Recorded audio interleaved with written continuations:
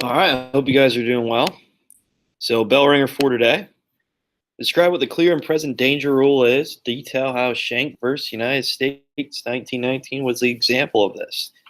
There you go. So, I'll give you a few seconds. You can pause the video now so you can write down your response.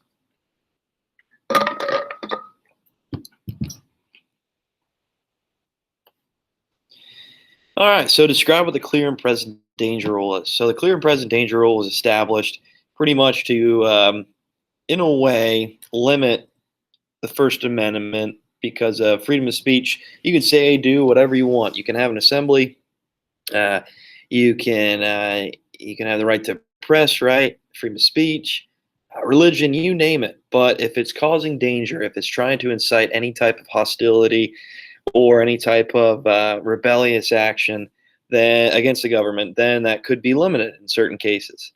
So, with the clear and present danger rule, this was established to try to make sure that people were safe even even though obviously the First Amendment gives them the right to assemble, gives them the right to express themselves the way they want, as long as it's not inciting or instilling any type of violence or harm to any person or people. And with the Sedition Act of 1917 during World War One, which we talked about, that was one of the biggest issues. It's like, how do we try to protect the United States from an internal attack? How do we try to protect the United States from a rebellious action in the U.S.? And with the Sedition Act of 1917, because the United States was joining World War One, and there's a lot of immigrant groups all around the world in the U.S., we had to be picky about what side we joined and how we're going to try to keep people safe. And one of the things was, if you're trying to talk badly about the country or interfere with the United States, military efforts, then this could cause some fines, and this could cause, issues moving forward. And in a way, it limits your freedom of speech, your First Amendment right. And with Schenck, in the United States, he was giving out leaflets, giving out letters to people in their mailboxes, telling them to refuse the draft. And it's unconstitutional. It goes against anybody's God-given right and moral code compass if they try to refuse the draft, or if they try, if the government tries to enforce them into the draft. And this court case was significant because this is the first time really we ever see the United States trying to um, actually siding against people's ability to express themselves the way they want. And Schenck, who was a Socialist Party member, with the Red Scare going on, that was a huge issue that, maybe our country will be taken over, or that there might be an issue in the government if we don't do anything about this. And with Schenck versus the United States, that was one case particular where the government was where they sided with the government on this action, because this was inciting danger against the United States, that this could cause issues moving forward if this wasn't taken care of. Okay, and that this might be something that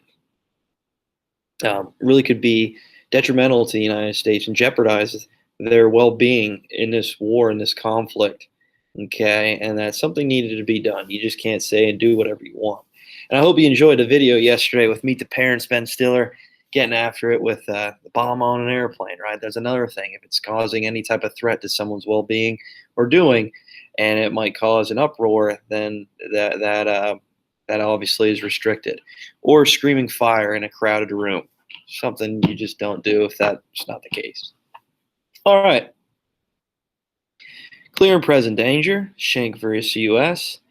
And we have the Sedition Act, right? Real quick, let's see where we're at here. All right. Yeah, so this goes along well with what we talked about yesterday. Number 2, bad tendency doctrine. This goes along well with what I talked with, the Meet the Parents video I showed you with yelling fire in a crowded room, yelling bomb on an airplane, right? So this is something that goes along well. So Gitlow versus New York, 1925, Supreme Court ruled that speech could be restricted even if it had only tendency to lead to illegal action. So since the 1920s, the bad tendency doctrine was lost support in the Supreme Court, yelling fire in a crowded theater. So I like you guys. I have an assignment for you. Please read over Gitlow versus New York. We'll review it on Monday, and I'll attach a video for it explaining what happened there in that court case and what was the issue there, right? So I'm going to post that for you. Have that done for Monday, and please attach your bell ringers to this post. We'll see you guys later. Have a good one. Enjoy your weekend.